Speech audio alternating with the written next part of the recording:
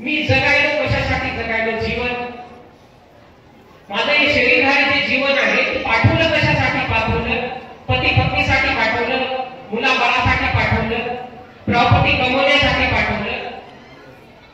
तर आपण हे जाणून घेऊ. अरे बाबाचे जे कोटेशन खूप मोठं आहे त्यांना आपल्या शरीरावर आधारित घेऊ. जो संतापसी तो देवापसी, जो देवापसी तो सदा उपासी. त्याचे आपण दोन उदाहरण घेऊ.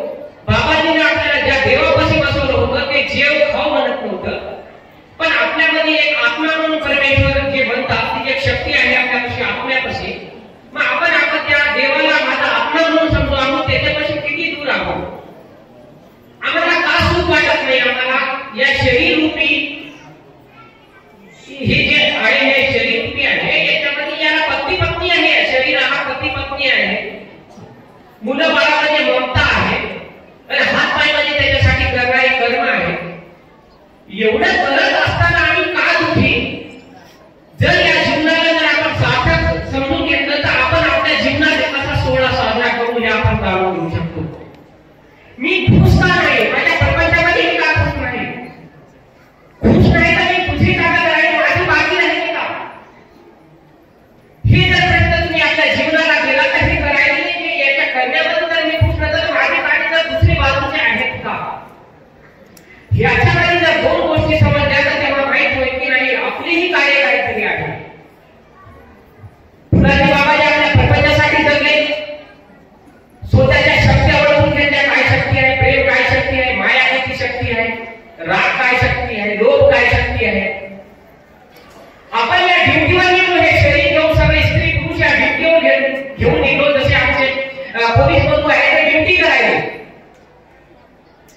ती एका गुणाची ड्युटी करायची की इथं एकदा दर्शनाला कोणीतरी पडू नये, इथं कोणाचा पर्स चोरी जाऊ नये, गाड्या एक पद्धत ड्युटी. आमची बी एक प्रकारची ड्युटी आहे ना.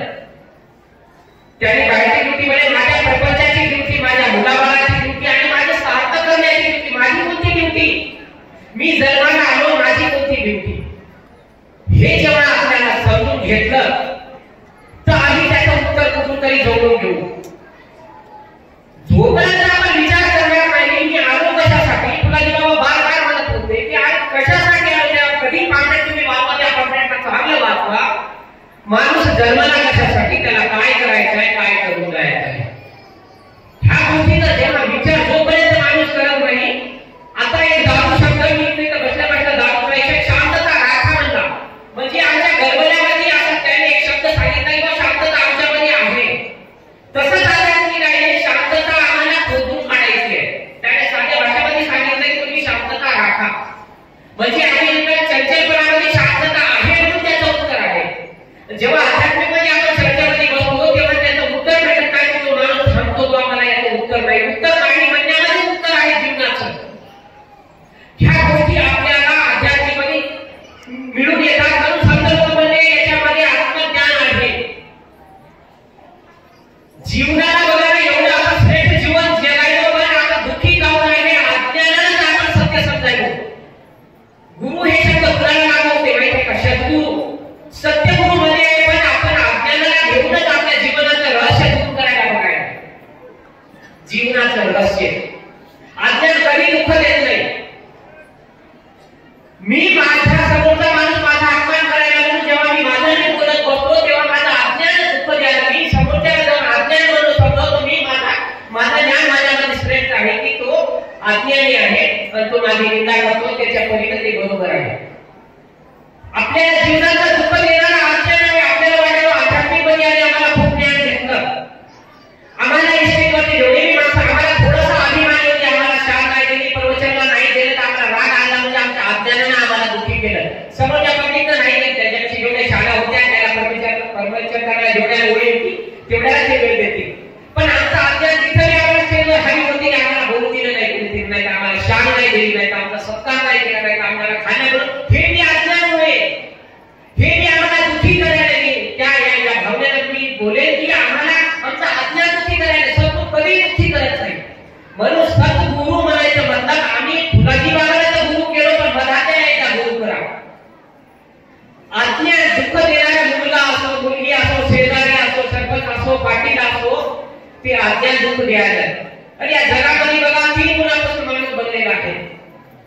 रजगुणी, तमगुणी आणि सत्वगुणी.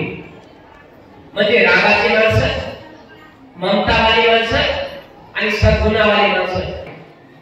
सद्गुण तुम्हाला वाटायला खूप चांगला आहे. ज्याला इमानदारी म्हणतात किंवा सद्गुण म्हणते हे खूप धोकादायक. म्हणजे त्याचा गुण त्याच्यासाठी हवी होते आणि त्याच्या हाताने वाईट घडते.